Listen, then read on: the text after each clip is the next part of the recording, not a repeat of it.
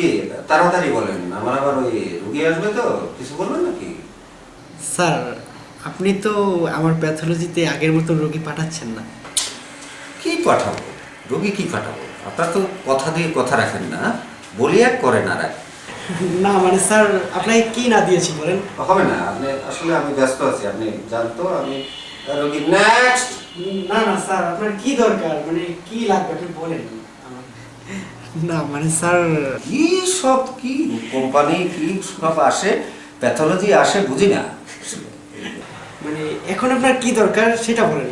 কি দরকার তা তো আপনার বুঝতে হয়, মুখ দেখলে বুঝবেন না? আমি যেমন ডাক্তার, আমি যেমন রোগীর মুখ দেখে বুঝতে পারি তার কোন টেস্ট প্রয়োজন, জি। কিন্তু আপনারা তো বুঝতে হবে ডাক্তারের চেহারা দেখলে যে তার কি প্রয়োজন। না মানে স্যার, আপনার মতো তো আমার অতটা অভিজ্ঞতা নেই, তবে আপনি বললে আপনার ইচ্ছেটা পূরণ করতে পারি।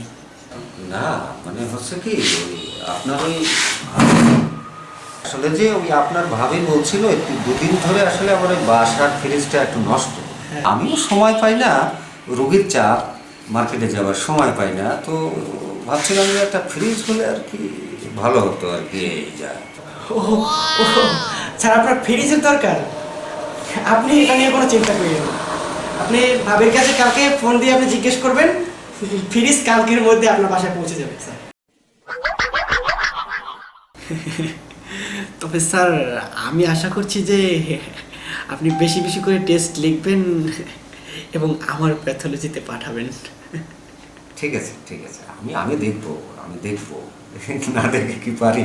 হ্যাঁ ঠিক আছে স্যার, বিষয়টা শুধু দেখবেন। হ্যাঁ, কি বলে কি? আরে রুগী আসবে, টেস্ট, শুধু টেস্ট, এই সব সব আপনার প্যাথোলজিতে। আপনার প্যাথোলজির কি যেন নাম? কেন স্যার ভুলে গেলেন? আমার প্যাথোলজির নাম তো গাইডকেডা প্যাথোলজি সেন্টার। ও হ্যাঁ হ্যাঁ, গাইড কার্ড আছে তো। ঠিক আছে ঠিক আছে, হ্যাঁ আপনি চিন্তা করবেন না। আচ্ছা ঠিক আছে স্যার, আসি তাহলে। হ্যাঁ তবে ওই কথাটা একটু মনে রাখবেন, হ্যাঁ ওই ফ্রিজটা আপনি একটু কালকে আমার পৌঁছে দেবেন, না হলে আমার বউ যা, আমি তো আসলে খুব বিপদে আছি। স্যার তাহলে আমি একটা কাজ করি, আজকে বিকেলেই ফ্রিজটা আপনার বাসায় পাঠিয়ে দিই।